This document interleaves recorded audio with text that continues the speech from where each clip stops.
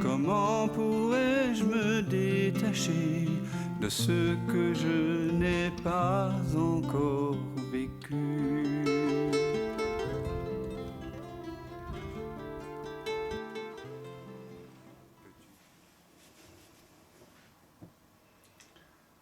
Alors, bienvenue à tous pour le satsang. Bienvenue pour le 20h.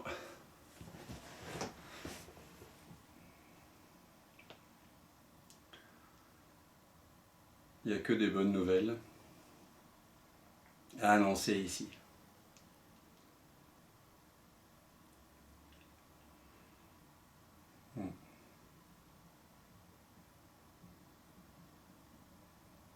La bonne nouvelle qu'on annonce en satsang et qu'on partage tous ici, c'est que nous sommes déjà ce que nous cherchons.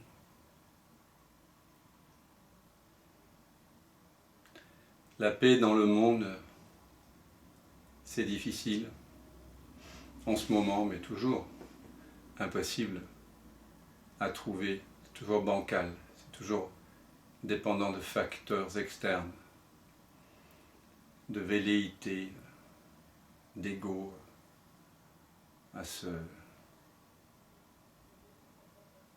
trouver des solutions diplomatiques. Mais par contre, il peut être réalisé que la paix est déjà là, déjà disponible, complètement, que vous êtes archi complet maintenant.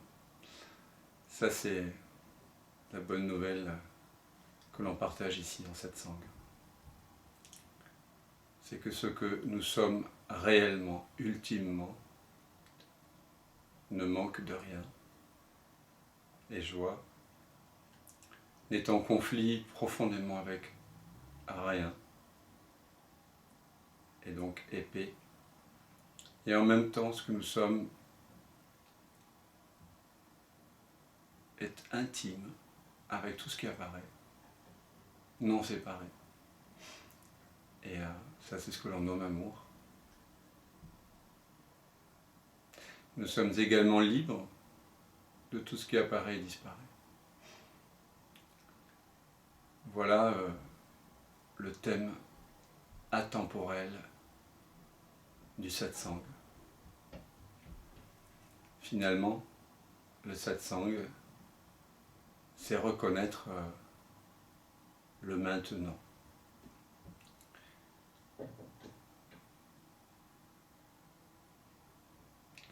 Que nous sommes ce maintenant, ultimement.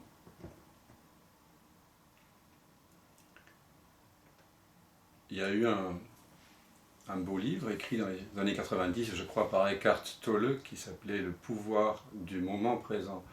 Mais en fait, le titre était « The Power of Now », la puissance du maintenant. Et il a été très mal traduit, à mon avis, parce que le moment présent, c'est autre chose.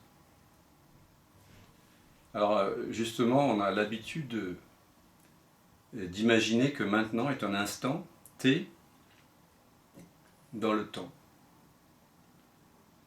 qui serait pris en sandwich entre un passé sur une ligne de temps imaginaire, partant de la gauche à la droite, pris en sandwich donc entre le passé et l'avenir.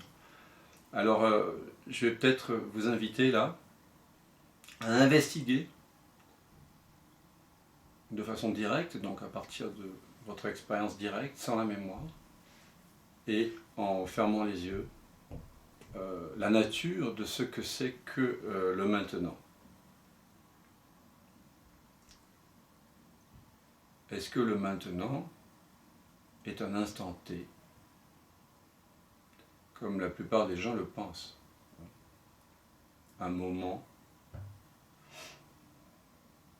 Alors, pour ce, on peut commencer à voyager peut-être en imaginaire, tout d'abord, un petit peu vers le passé, et se souvenir par exemple de notre matinée, puis de notre journée d'hier, de la semaine passée, du mois passé, de notre dernier anniversaire.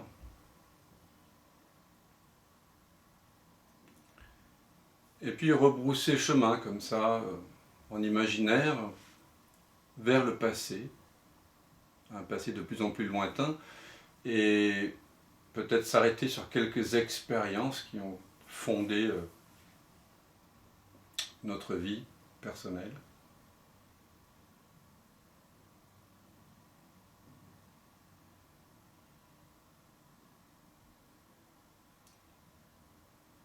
Et remonter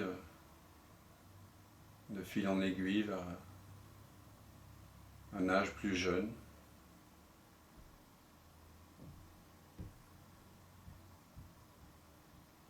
Vers l'enfance, en imaginaire bien sûr, et puis vers le moment de notre naissance, de ce qu'on nous a dit, de la naissance du corps.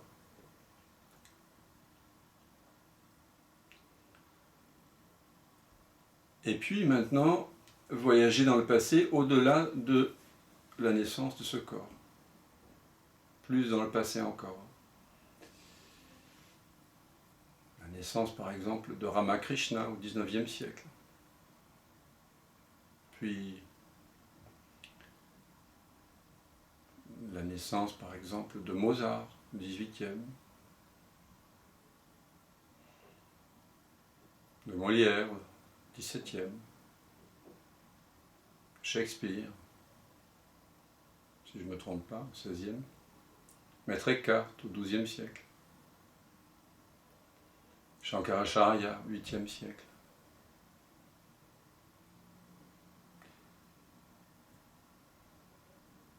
Plotin, Nagarjuna au IIIe siècle.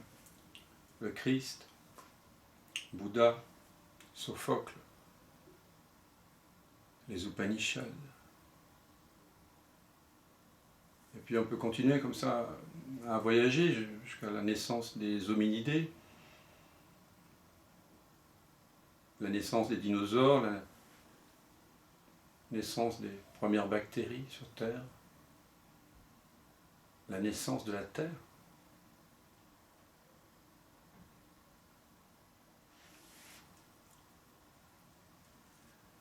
La naissance du Soleil, la naissance même de l'univers.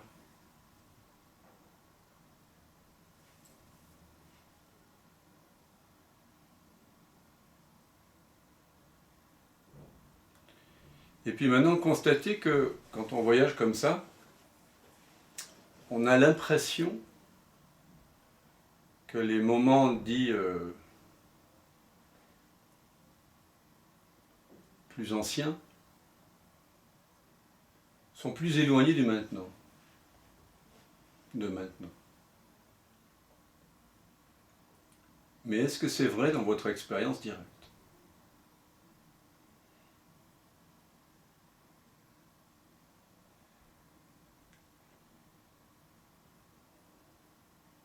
Est-ce que le café ou le petit déjeuner que vous avez pris ce matin est plus éloigné du maintenant que cette comète qui aurait frappé la Terre il y a, je crois, 65 millions d'années, qui aurait décimé les dinosaures? Est-ce qu'on ne peut pas tout simplement réaliser que cet apparent passé n'est en réalité que fait de pensées, d'idées, d'images virtuelles, très accaparantes parfois, mais néanmoins, que ce ne sont en réalité que de simples perceptions transitoires, apparaissant et disparaissant maintenant.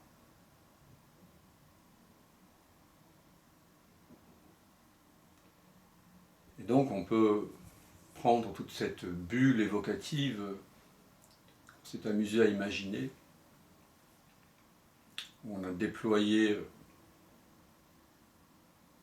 notre attention apparemment vers le passé, depuis maintenant jusqu'à le début de l'univers. et voir qu'en réalité ce n'est qu'une bulle de pensée.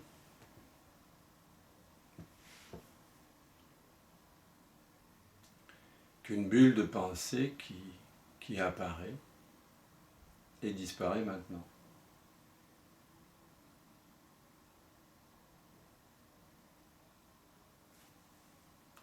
Vous voyez, le mental crée des distances apparentes.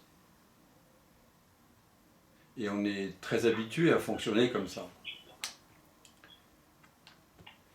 Mais les distances ne sont que sur la carte. Ils ne sont pas là dans l'expérience directe, ils ne sont pas là sur le territoire.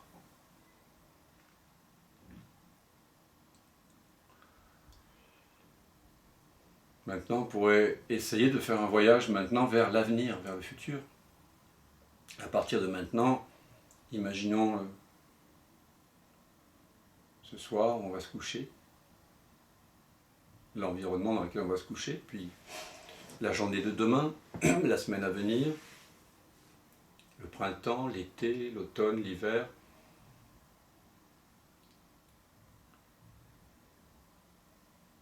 On peut imaginer progresser jusque dans 5 ans, dans 10 ans, notre 80e anniversaire, notre 90e anniversaire. Imaginez ce que sera le monde dans 500 ans, dans 1000 ans, dans 10 000 ans.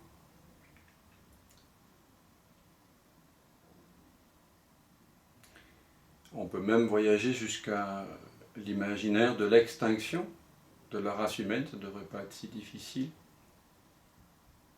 Les moments qui courent, mais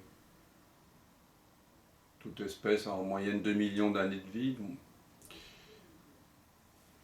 Puis on peut aller plus loin, l'extinction même de la vie sur Terre, l'extinction même de la Terre, du Soleil.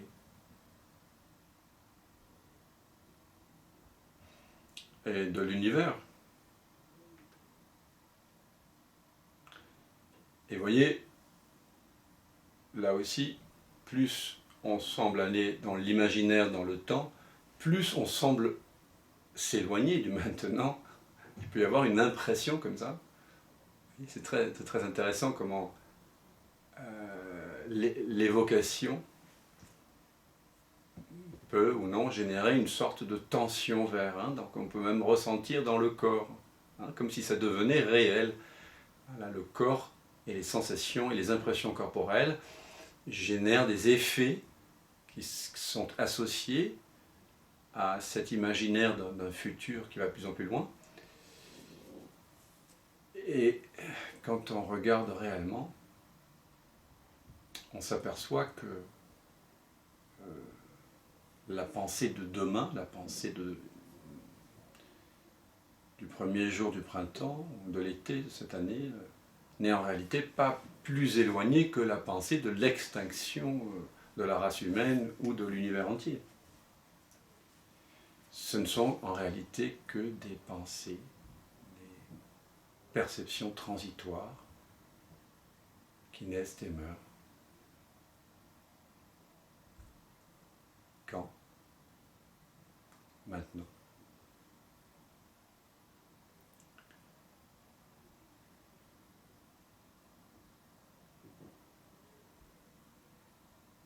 Quand est-ce que toute expérience est faite? Que ce soit une expérience de pensée, de sensation, de goût, de couleur, de son, une émotion. Quand est-ce que toute expérience est faite?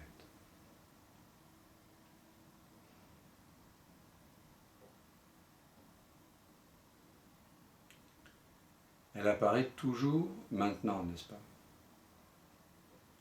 Ça semble tellement évident, mais prenons un temps pour le réaliser vraiment. Toute expérience que vous avez vécue est toujours apparue maintenant.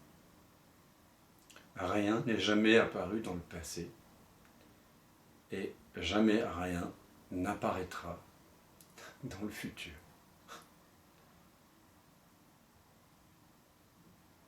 C'est incroyable. C'est d'une simplicité, d'une évidence, et quand on le réalise, ça sourit profondément. Allez savoir pourquoi. Toute expérience apparaît toujours maintenant.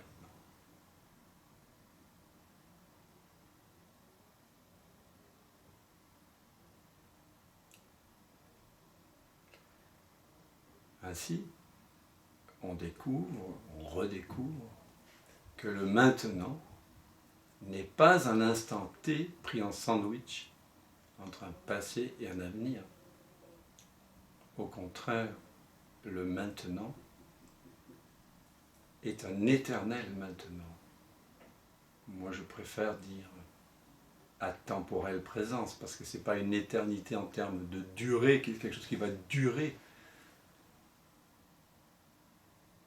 Le maintenant n'a ni naissance ni mort, ni commencement ni fin.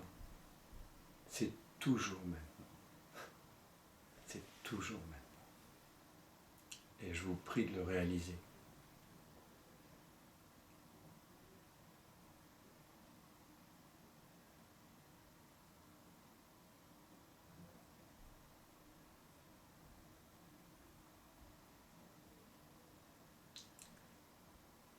Si toute expérience, toute perception, toute pensée, toute émotion, odeur, son, goût, si toute perception est toujours apparue maintenant,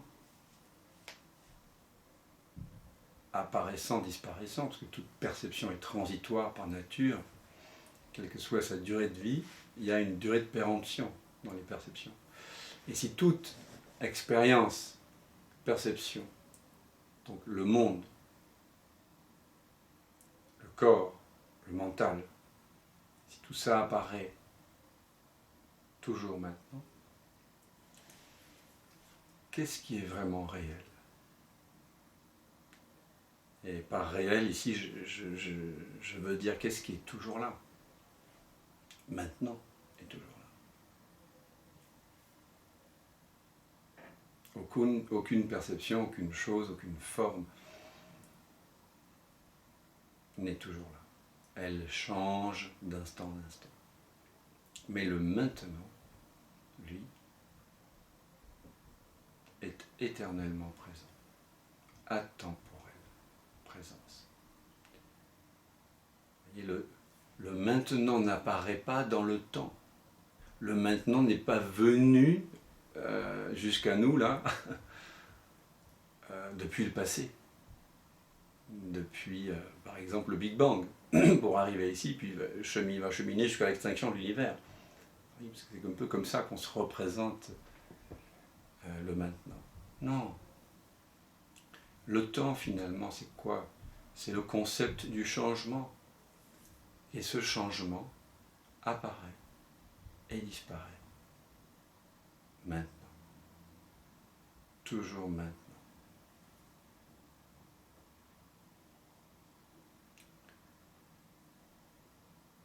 Finalement, maintenant est un synonyme d'être. Être.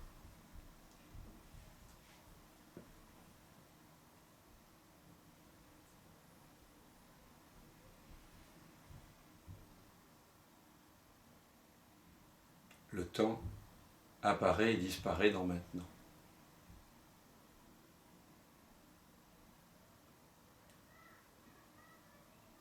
Le corps naît et meurt dans ce même maintenant. Les nations naissent et meurent dans ce maintenant.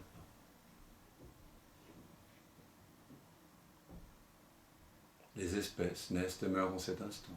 La Terre, l'univers entier, naît et meurt dans ce maintenant unique.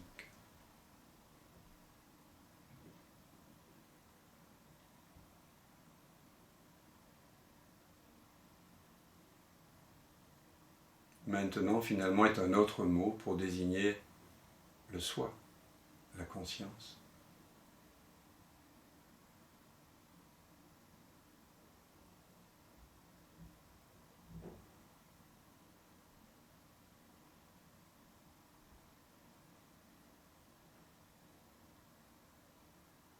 Quand le mental veut penser le maintenant, il imagine le temps, la durée, les instants. Vous ne pouvez pas penser le maintenant. Ou alors essayons ensemble un petit peu de penser le maintenant.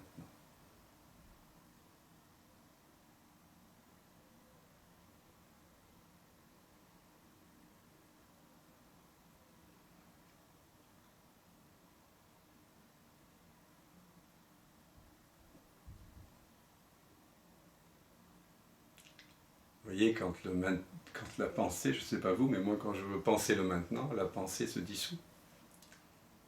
Le maintenant, c'est le grand dissolvant universel.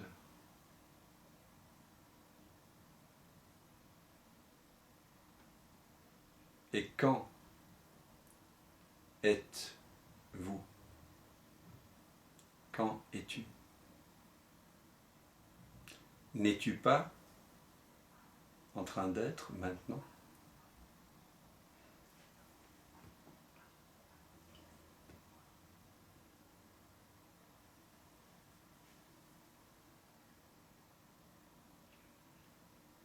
Ne fais-tu pas l'expérience de toi-même en tant que ce maintenant?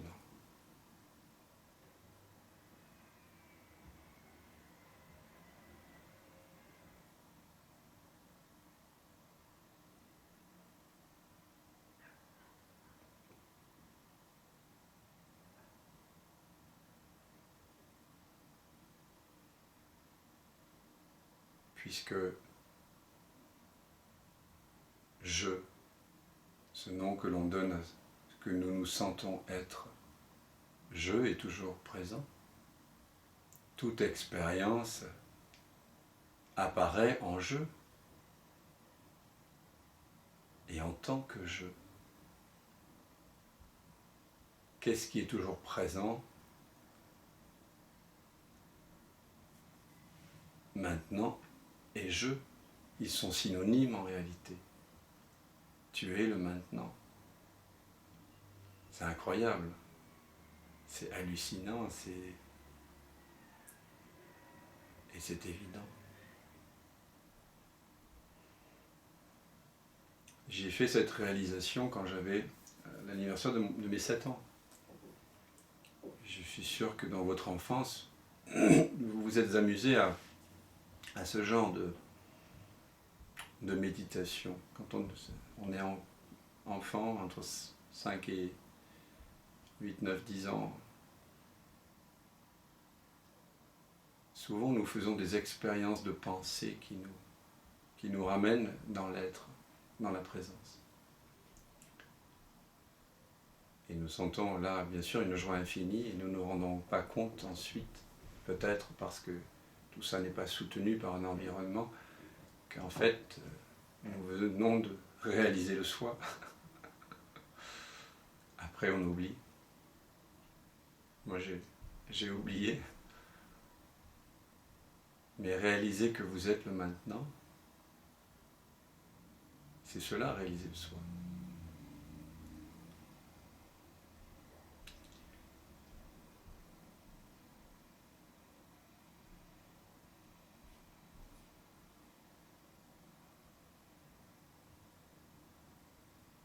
On pourrait dire que le maintenant, c'est une sorte de point dans lequel apparaissent et disparaissent toutes les pensées à propos du temps. De la même façon que ici, avec un grand I, n'est pas localisé non plus dans l'espace, dans l'étendue. L'espace, c'est le concept de l'étendue. Mais ici, vous savez tous, en ce moment, que vous êtes ici. Ici. Vous n'êtes pas ailleurs. Vous êtes là. Là, ici. C'est évident, n'est-ce pas? Mais cet ici, c'est pas le lieu qu'on pourrait mesurer comme on mesure dans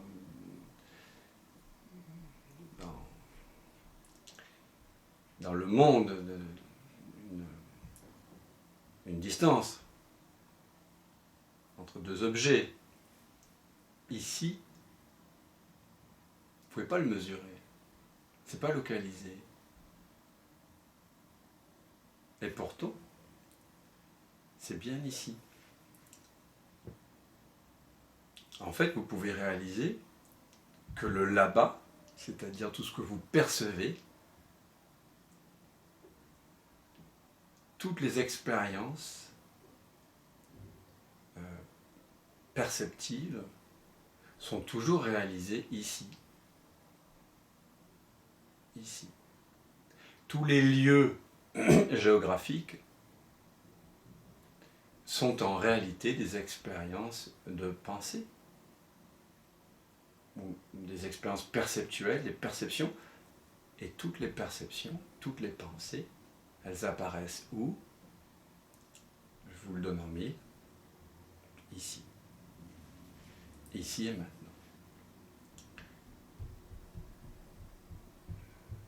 Et ce ici maintenant, c'est ce que vous êtes ultimement. Vous voyez, c'est simple.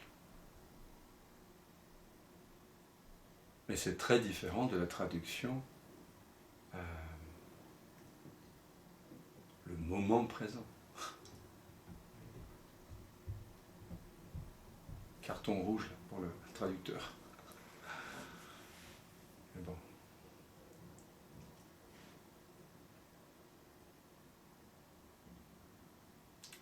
C'est jamais perdu. Parce que est-ce que vous pouvez réellement sortir d'ici pour aller là-bas? C'est ça. En imaginaire, oui. C'est fou, hein. En imaginaire, oui. Mais en réalité, non. Enfin, moi, je peux pas. Vous me direz. Tout apparaît en fait ici, en vous. Et est-ce que vous pouvez aller dans le passé, dans l'avenir?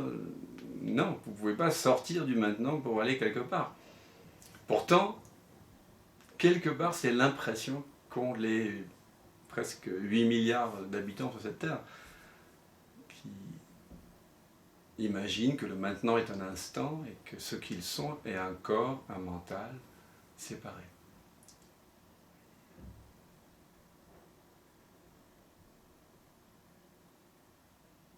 Alors goûtez un petit peu ce que ça fait que d'être.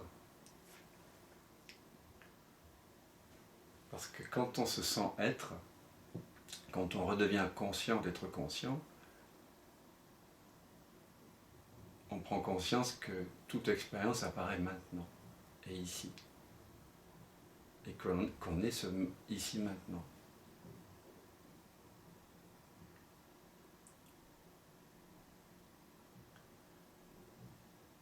Alors, moi, mon invitation, c'est que nous vivions à partir de cet ici maintenant, qui est notre ultime réalité. Pourquoi ne pas oser vivre notre vie à partir de cet ici maintenant, à 0 centimètre de nous-mêmes? C'est pas bon ça? D'être aligné en permanence au centre de la croix. Ne pas se départir du cœur de votre être. Juste ne pas faire semblant de partir dans des pensées récapitulatives, donc dans le passé, pas partir dans des pensées anticipatives, donc dans l'avenir, juste rester là. Et entrer en relation avec vos pensées, votre corps, le monde, et les autres, bien sûr, entre guillemets, à partir de ce que vous êtes vraiment. C'est-à-dire à très exactement 0 centimètre de vous-même, là où vous n'avez jamais cessé d'être. Vous voyez comme les choses, les relations à la vie seraient complètement différentes. Et elle l'est maintenant, puisque chaque un, vous réalisez que vous êtes là, ici, maintenant. Et ça demande un petit courage, un petit coup de folie. De juste se déposer dans ce qu'on est vraiment. C'est ici, ce maintenant.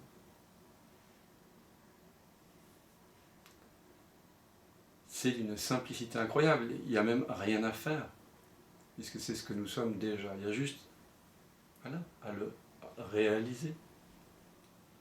Et du point de vue absolu, bien sûr, c'est déjà réalisé.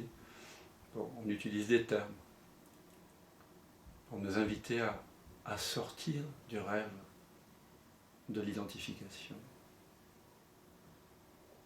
Parce qu'ici, maintenant, il n'y a pas de souffrance. Et donc, vivre à partir de ce 0 centimètre de vous-même, ici et maintenant, et voir que finalement, vous n'apparaissez pas dans le monde, mais au contraire, le monde, le corps, les pensées apparaissent et disparaissent en vous. Vivre à partir de cette évidence ne vous empêche pas, de temps en temps, quand c'est requis par la vie, de répondre à la vie en termes du fait de se prendre pour quelqu'un et de mesurer des distances et d'évoquer le passé quand c'est pour des raisons pratiques. C'est tout à fait naturel.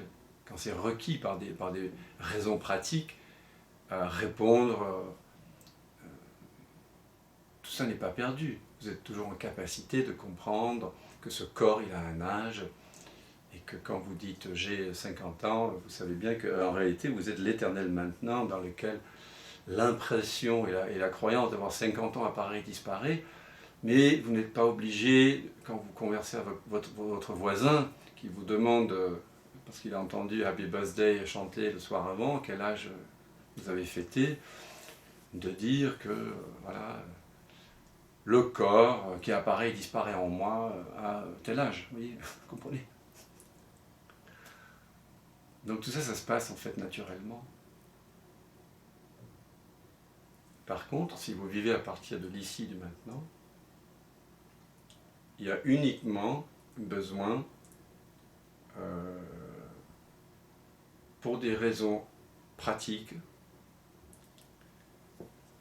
de se référer au temps, anticiper le futur, récapituler le passé.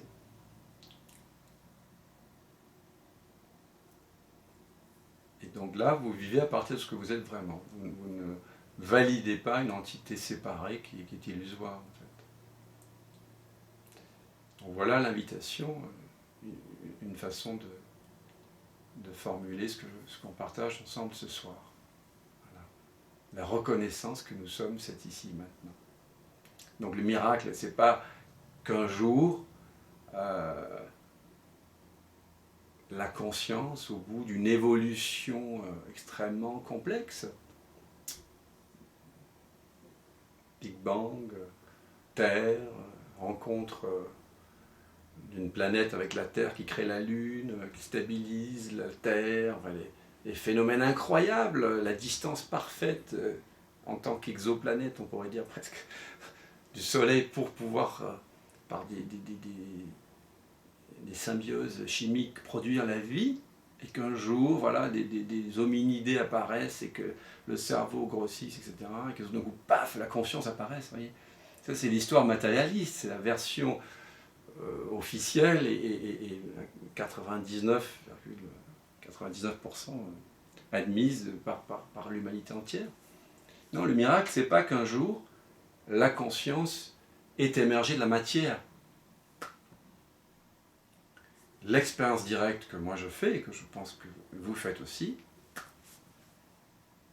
Laurent, Pascal, Vanessa, Marie, Monia, Ridouane, Fabrice, Florence, Eric, Arnaud, l'expérience directe que vous faites là, c'est le miracle, c'est que l'univers émerge de vous en cet instant.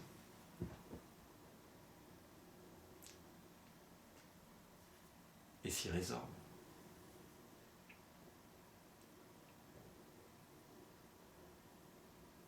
Donc il y a en même temps un absolu détachement et une absolue intimité, parce que si l'univers émerge de vous, eh bien ce qu'il est fait de vous. Voilà.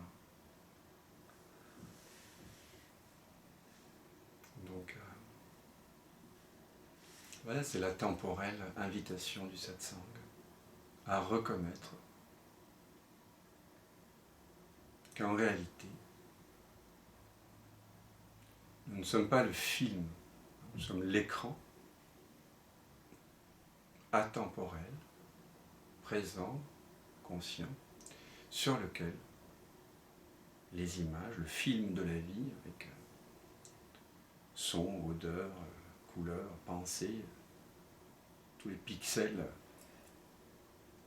qui sont les informations dont on bénéficie par le truchement des cinq sens et de la pensée, apparaissent et disparaissent. Oui. Vous n'êtes pas un personnage du film, vous êtes l'écran sur lequel ça apparaît. Donc il y a à la fois une incroyable, une infinie, enfin, détachement et une intimité absolue. Parce que tous les pixels de l'expérience en cet instant émergent de ce 0 centimètre. Comme tous les pixels du film, au cinéma, sont faits de la nature même de l'écran.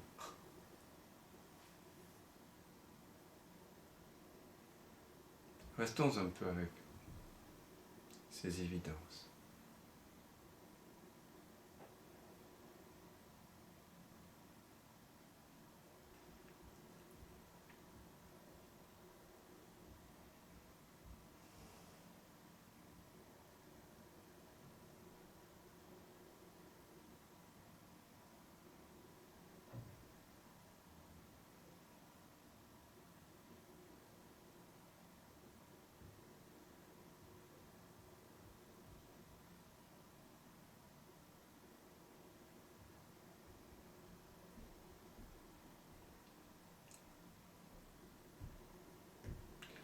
Est-ce qu'il n'y a pas une douceur infinie à se reconnaître comme étant la source du monde ?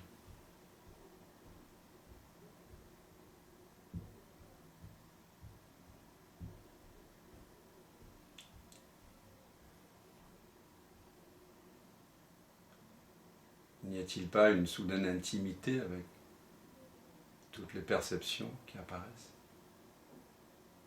C'est vous qui apparaissez, qui prenez forme.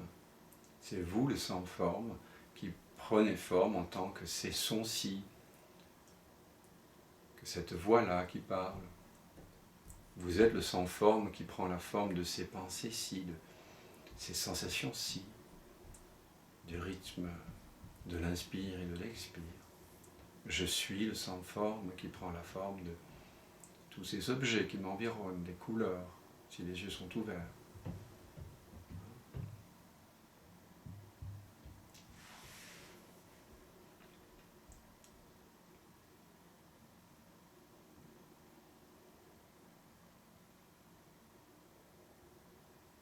En réalisant votre vraie nature, vous voyez bien que ce que vous êtes réellement n'a jamais souffert.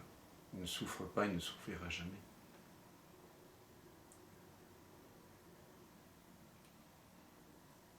Ça, c'est le 20h qu'on partage.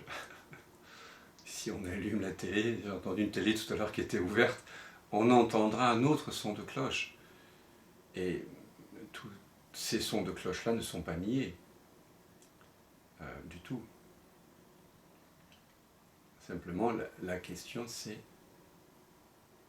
qu'est-ce qui perçoit tout ça ? Est-ce que ce qui perçoit tout ça est une victime, un bourreau, un ceci, un cela ? Ou est-ce que ça apparaît à 0 cm de la conscience ? Vous allez voir qu'immédiatement, il y a une paix. Il y a une paix. Et vous allez voir que la réelle violence ne provient pas des images, mais du refus d'être, du refus de reconnaître ce que nous sommes. Ça, c'est violent. Et c'est parce qu'il y a ce refus-là, enfin cette ignorance-là, de notre vraie nature, que la violence peut ensuite prendre des formes extérieures. Alors, si vous avez envie de partager, ce sera avec plaisir, sinon peut-être qu'à un moment donné, j'irai solliciter certains d'entre vous. On est vraiment ici en cercle, hein. C'est la même présence qui émet, enfin, à partir de laquelle l'émission a lieu, et c'est la même présence dans laquelle la réception a lieu. Donc il n'y a pas de hiérarchie ici.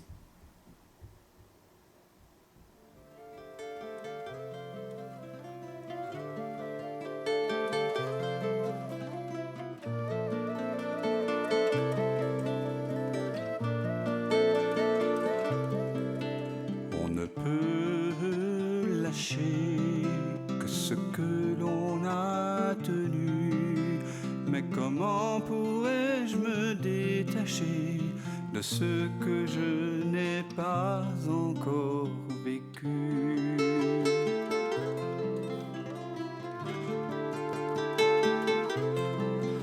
Peux-tu fuir ce qui te trouve et couper le fil ténu de ce pressentiment qui t'éprouve au cœur de cette absence reconnue?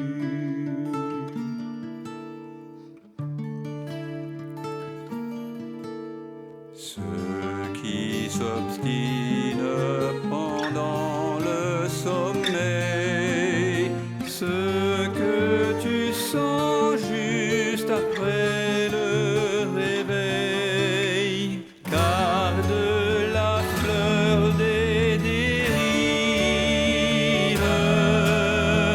à la saveur notre rive, à la candeur de l'éveil.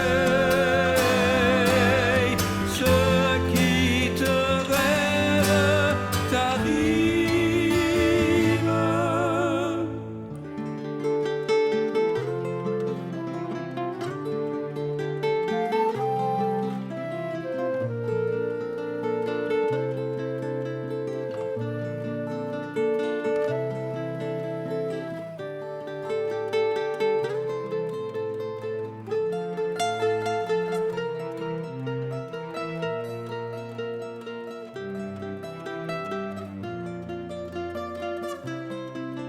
Quand la vague se prépare à noyer ton ventre ému, n'aie pas peur, il n'est jamais trop tard pour accueillir le souffle de ta mue.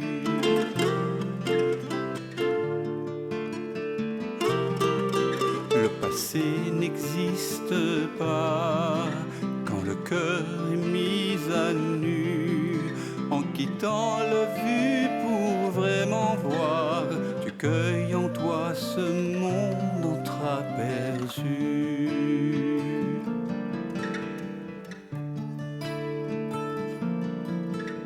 Ceux qui persistent pendant le sommeil, ce que tu sens juste après le réveil, garde la fleur d'autres rives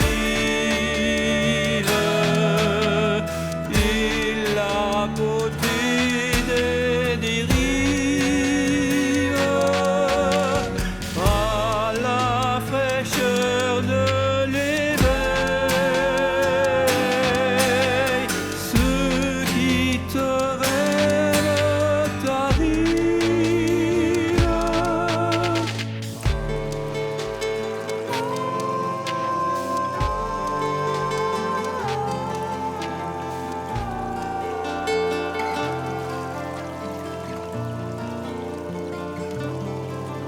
On ne peut lâcher que ce que l'on a tenu, mais comment pourrais-je me détacher de ce que je n'ai pas encore vécu?